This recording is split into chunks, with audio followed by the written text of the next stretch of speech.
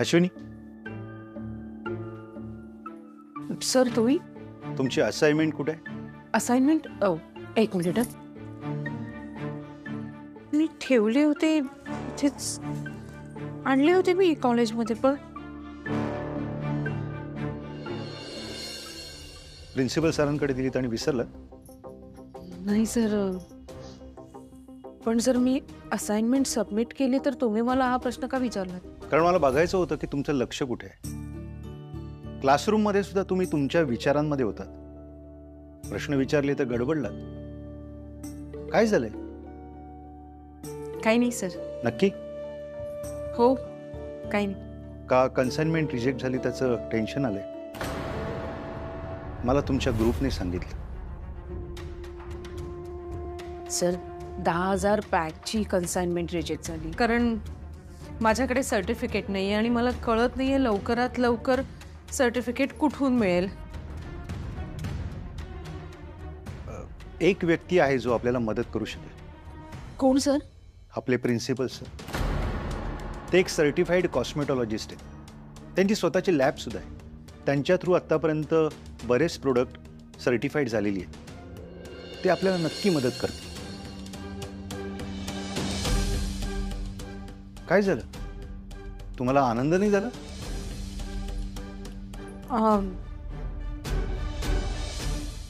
यापुढे कोणत्याही कारणाने माझ्याकडे फेवर मागायला येऊ नका. ज्या कॉलेजचे काही नियम आहेत ते ब्रेक करून मी कोणालाही फेवर करत नाही. प्रिन्सिपल सर मला फेवर करतील? मयुरी, हे खूप नॉर्मल आहे. असं एक्सपोर्ट्स वगैरे मध्ये असे कन्साइनमेंट कॅन्सल होतात.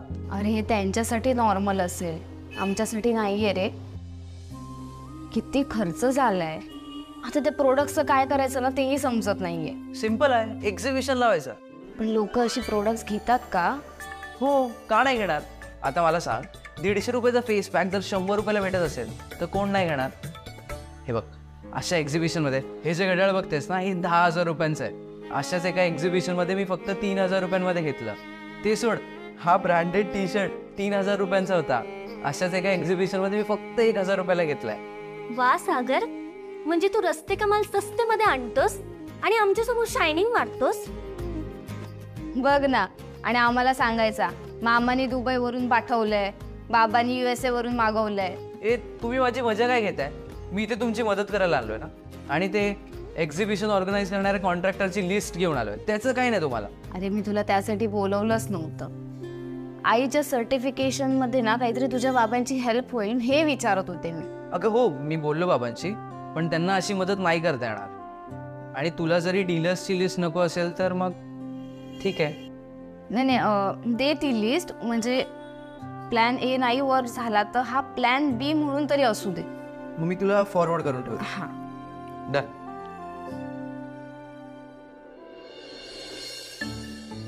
अरे देवा, कशी येतो न्यू हो. हरिओम.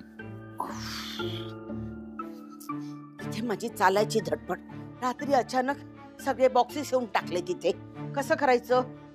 दुसरं कोणी धडपडण्याच्या आधी तू धडपडशील. खाली न बघता चालायची सवय आहे तुला. झाले यांचं सुरू. इकडे माझी तुम्हाला चहा द्यायची धडपड आणि तुमचं आपलं दुसरंच काहीतरी सुरू. अगं, तुझ्या माझ्या प्रश्नापेक्षा प्रश्न आहे बॉक्सेस विकण्याचा. हे सगळं गळ्यात येऊन पडलंय.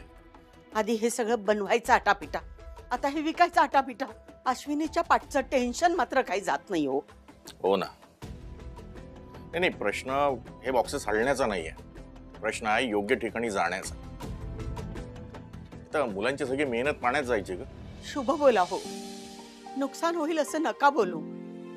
माझे उपवास चालू आहेत ना, तोच आपल्याला काहीतरी मार्ग दाखवेल. परमेश्वरा, मार्ग दाखव रे. आले मी. अरे बापरे, कसं जायचं?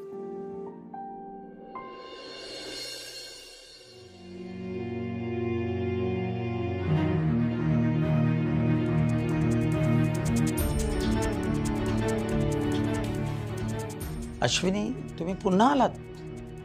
सॉरी सर, लक्षात आहे माझ्या, तुम्ही मला सांगितलं होतं की यापुढे कोणताही फेवर मिळणार नाही. खरंच सॉरी. अश्विनी थांबा, पण हा फेवर नाहीच आहे. एका चांगल्या प्रोडक्टला माझ्या लॅबमधून सर्टिफिकेट मिळायला पाहिजे आणि त्याचा माझ्या इथल्या पोझिशनशी काहीही संबंध नाही. सर म्हणजे सर्टिफिकेट मिळू शकेल? Why not. Thank you so much sir. Sir या फील्डमध्ये माझा जितका अनुभव आहे त्यावरून मी हे सांगू शकतो की हे एक उत्तम प्रोडक्ट आहे. अर्थात माझ्या मताने काहीच होणार नाही, कारण सर्टिफिकेट तर हवंच आणि त्यासाठी ह्या प्रोडक्टचं टेस्टिंग होणं गरजेचं आहे. अश्विनी तू आजच फॉर्म भरून टाक. पण रिपोर्ट यायला 2 दिवस लागतात. ठीक आहे सर, मी आजच हे काम करते. अश्विनी आता तरी तुझं टेन्शन गेलं ना? ह्या टेन्शनमुळे अश्विनीने पहिल्यांदा चुकीचं उत्तर दिलं. सर खरंच थँक्स. तुम्ही ना मला मोठ्या प्रॉब्लेममधनं वाचवलंय. मी ते ऑफिसर सुनील आहेत त्यांना फोन करून सांगते की 2 दिवसात तुमच्या टेबलवर सर्टिफिकेट असेल म्हणून.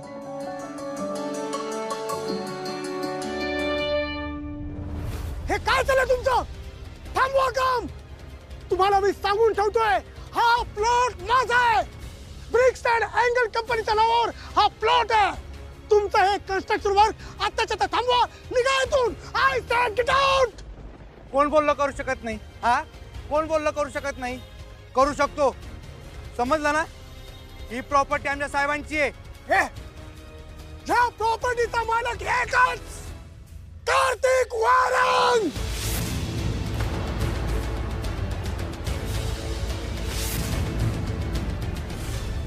तुम्हाला मी प्रेमाने सांगतोय, ही प्रॉपर्टी ब्रिक्स अँड अँगल कंपनीच्या नावावर आहे. तुम्ही निघा इथून. मग प्रूफ दाखवा, तसा जमिनीचे पेपर्स दाखवा. अरे तुम्ही फेन्स लावत नाही, कंपनीचा साधा बोर्ड पण लावत नाही. अरे कशावरून तुमची प्रॉपर्टी आहे ही? आवाज खाली. कुणाशी बोलतेस माहितीये का तुला? कार्तिक वारंग म्हणतात, कार्तिक वारंग. माझ्याशी पंगा तुम्हाला महागात पडेल.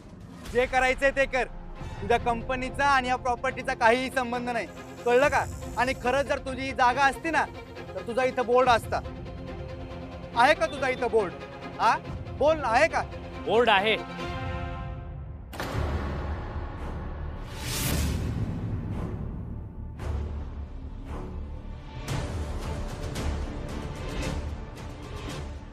ब्रिक्स अँड अँगलचा बोर्ड आहे आणि तो बरोबर जागी लावलाय.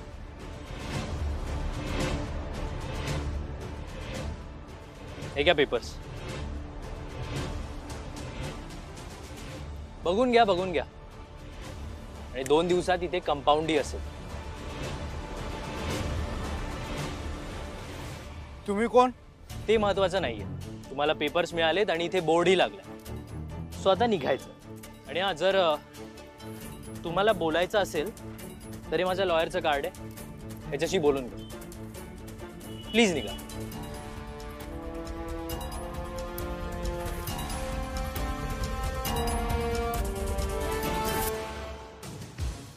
Congrats Kartik sir, congrats. Thanks. एवढे वर्ष तुमची डिस्प्यूट मध्ये अडकलेली जमीन फायनली तुमची आहे. पण तू कोण आहेस? मी ब्रिक्स अँड अँगल्स मध्ये काम करणारा एक एम्प्लॉई आहे. पण माझ्या कंपनीत तू कधीच काम करताना दिसला नाहीस. पण आजपासून बघाल. सॉरी यंग बॉय, माझ्या कंपनीत वॅकन्सी नाहीये.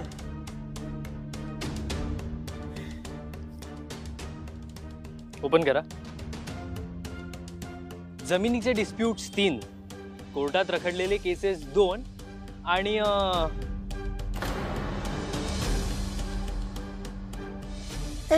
एक मिनिट. तुझा नेमका पॉइंट काय? हे सगळं सोडून देणारा एम्प्लॉई कोण कसं रिजेक्ट करेल? विचार करा.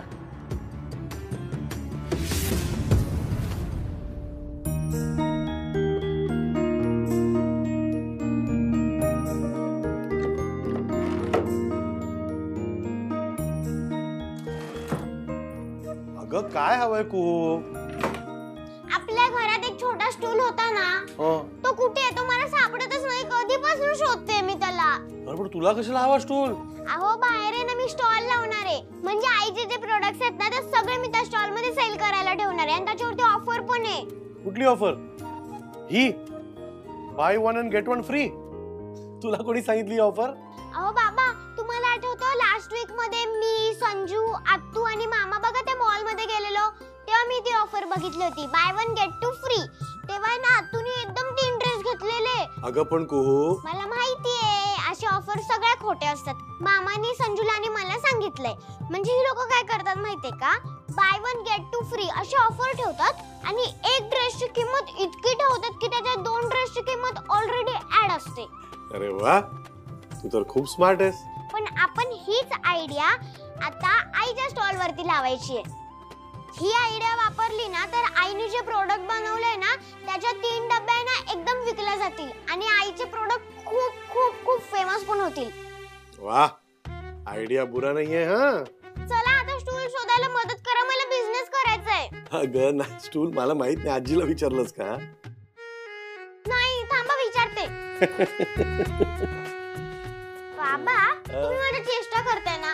हसता तुम्ही माझ्यावर. अगं वेडी आहेस का? हे घे, बस इकडे. बस बस बस बस बस. मी चेष्टा करत नाहीये तुझी. मला ना तू इतकी हुशार आहेस, इतकी स्मार्ट आहेस, हे बघून ना खूप आश्चर्य झालंय आणि खूप आनंद पण झालाय. I am very proud of you.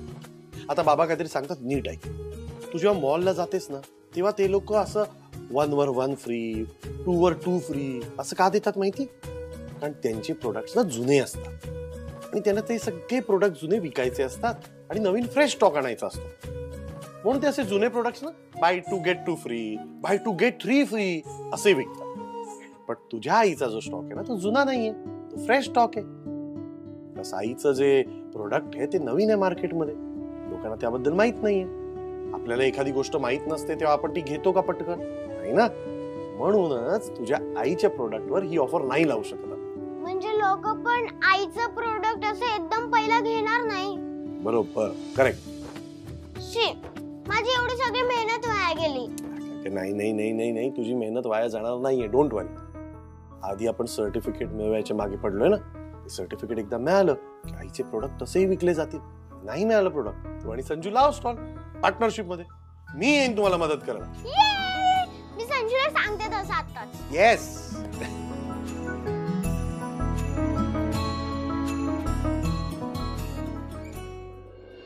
Ujjwala, अगं चहा नाही का झाला अजून? आणते. काय आणते? किती वेळ?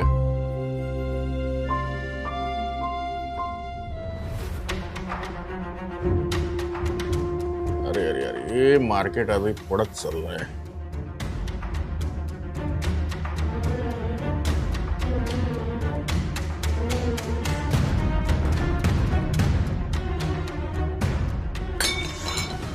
आई, अरे उज्ज्वला, आई आई काय?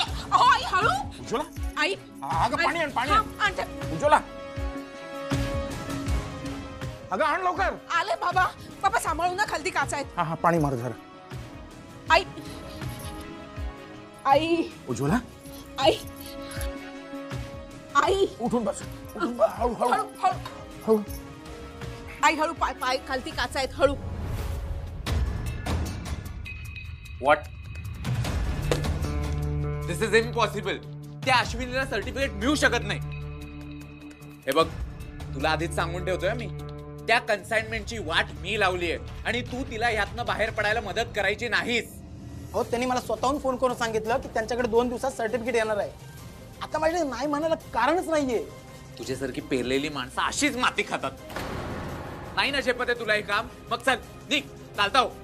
माझं मी बघतो काय करून घ्यायचंय. शिल्पी वाघमारे, तुझी 10,000ची कन्साइनमेंट मी डिलिव्हर होऊच देणार नाही आणि काय वाटेल ते होऊ. अश्विनी, तुला कळू नये, तुला त्रास होऊ नये म्हणून तिनं सांगितलं नाही, पण 21 दिवसाचे उपास धरले तिनं. हे सगळं 10,000चं कन्साइनमेंट तुझं पास व्हावं म्हणून. आई काय हे? तुम्ही मला कळू पण दिलं नाही. अहो सर्टिफिकेट महत्वाचं आहे का? महत्वाचं काय तुमची तब्येत ना. तुम्हाला काही झालं असतं तर काय केलं असतं आम्ही? तुम्ही पण ना. शिल्पीला सारखं सांगायचं बरं का. आणि शिल्पी हे खाऊन घे, ते खाऊन घे, आणि स्वतः काय करायचं? हे असे उपास करत राहायचे. अगं काय होईल यानी आई? तरी मी म्हणालो हिला. अहो आता संधी मिळाली तर सगळे मिळून ओरडू नका ना मला. हो ग, मान्य आहे आई, पण तू वागतीयसच तशी. आता दादा आल्यानंतर तो किती चिडणार आहे तुझ्यावर माहितीये तुला. अश्विनी, अगं माझा धक्का लागून तुझा बॉक्स पडला, काही नुकसान तर नाही ना ग झालं? जरा व्यवस्थित ठेव.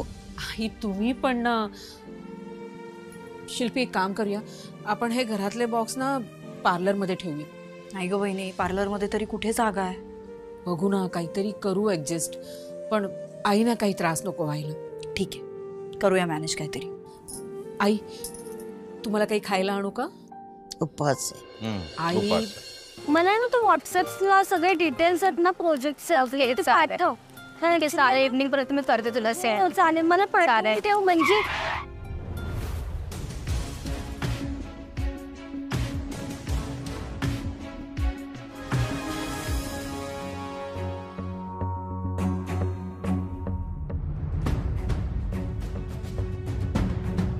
काय ग बावट, इतकं घाबरायला काय झालं तुला? मी काय पद्धत आहे वागायची? असं कोणीही बाईक वर येऊन थांबला तर घाबरायला होणारच ना.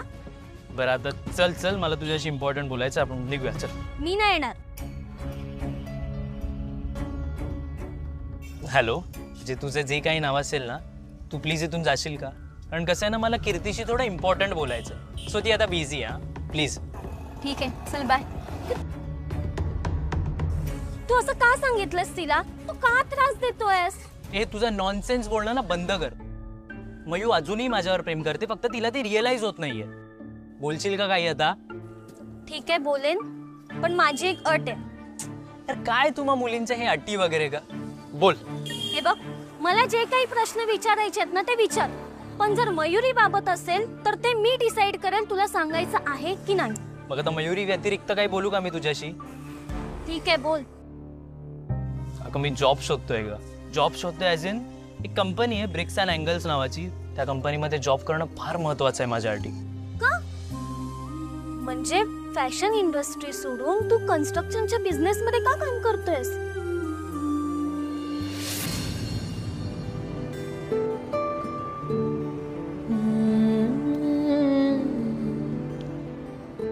प्रतीक, हा पाय दुखायला लागलेत, बसे ना पुढे. आपण एक काम करूया मयुरी, तिथे ना एक खूप अमेझिंग आईस्क्रीम पार्लर आहे आणि तिकडचं आईस्क्रीम तुला फार आवडेल. तिथे जाऊया, तेव्हा पुढच्याच चौकात. चल. ऐक ना, नको तिकडे. का नको प्रतीक. पण तिकडे जायला काय प्रॉब्लेम आहे मयुरी? तिकडे ना माझ्या बाबांची कंपनी आहे, ब्रिक्स अँड अँगल्स. बाबांनी खूप मेहनत केली रे तिकडे. त्यांना बेस्ट एम्प्लॉईज अवॉर्ड पण मिळाला. त्यांना नंतर काढून टाकलं कामावर. ऐक ना, आपण दुसरीकडे कुठेतरी जाऊया ना. ठीक आहे, चल. प्रतीक, मी काहीतरी विचारते तुला. काही पर्सनल रिझन्स आहेत ग माझे. बाय द वे ऐक ना, मला ना फार भूक लागली. आपण आधी काहीतरी खाऊया आणि त्या मयुरीचं काय चालू आहे तेही सांग मला तोपर्यंत. चल. आणि हा, तुमच्या त्या MBAच्या प्रिपरेशन बद्दल ना माझ्याशिवाय कोण छान तुम्हाला सांगू नाही शकत. हो रे बाबा, पण माझ्याशी नीट वागायचं. बस आता. 2 मिनिटं एवढं करते आणि सगळं देते. जिनी काम कर, तू आतमधला फेस पॅक घेऊन येशील का? आले. हा, एकच मिनिट. अरे देवा.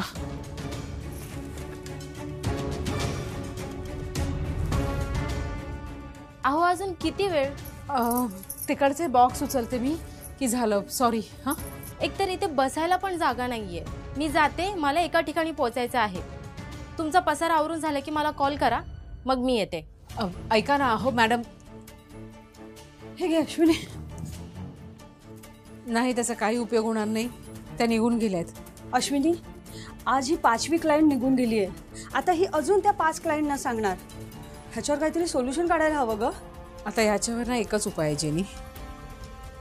1 दिवस पार्लरला सुट्टी द्यावी लागेल बस. नो वे. अगं बिझनेस खूप इफेक्ट होतो. अगं मान्य आहे मला, पण क्लायंट असे चिडून निघून जाण्यापेक्षा आपण 1 दिवस सुट्टी घेतलेली बरी नाही का? आय गेस तू बरोबर बोलतेस. एक नुकसान भरून काढण्यासाठी दुसरं नुकसान करावं लागतंय. मला हे असं मध्येच उपवास सोडणं नाही पडत बाबा. आजी, अगं त्या पुस्तकात सगळ्या गोष्टींचे तोडगे आहेत ना. तुझा विश्वास आहे तर त्याच्यातच शोधणं सोल्युशन. काय प्रॉब्लेम आहे? उपवास सुरू केलेल्या व्यक्तीला ते पूर्ण करणं जर शक्य नसेल तर त्याच्या जवळच्या व्यक्तीने ते उपवास पूर्ण करायचे. हे बेस्ट आहे. हा उपाय खूप छान आहे. आई, मी करते उपवास. तसंही तुम्ही हे उपवास माझ्यासाठीच केले होते ना. मी पण उपवास करू शकते. हा, आणि प्लीज आता हे सांगू नका कोणी की मी प्रेग्नंट आहे, मी कसा उपवास करणार वगैरे. मी करू शकते. नाही शिल्पी, तुला झेपणार नाही. श्रेयसचं ऐकत चल तू. त्यापेक्षा आपण एक काम करूया ना, आपण सगळे एक एक दिवस उपवास करूया. बेस्ट आहे. चालेल, उद्या मी उपवास करेन. हा, परवा मी करतो. माझा नंबर, तू तिसरा. ओके.